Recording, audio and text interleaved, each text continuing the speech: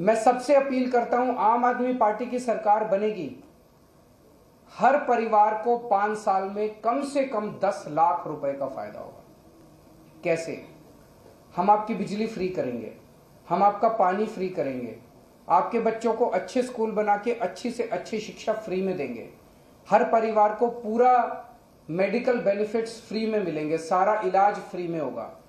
आप हर बेरोजगार को 3,000 रुपये महीना बेरोजगारी भत्ता मिलेगा और हर महिला को 1,000 रुपये पर मंथ मिलेंगे।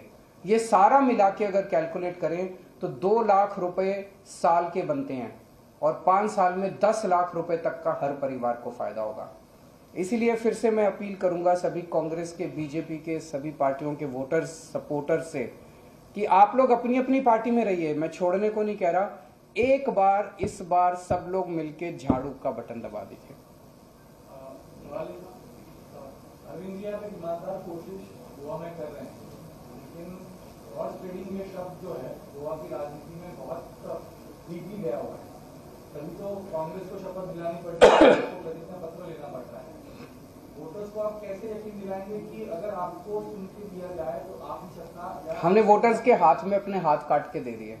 हमारा जो एफिडेविट है वो हमने अपने लिए नहीं भरवाया, हमने जनता के लिए भरवाया है। जनता के घर घर में हम ये फोटो कॉपीज बांट रहे हैं। तो अगर हमारा कोई भी पार्टी छोड़ता है तो कोई भी वोटर जाके उसको प्रोसिक्यूट कर सकता है कोर्ट में। जनता के हाथ में हमने पावर दे दी।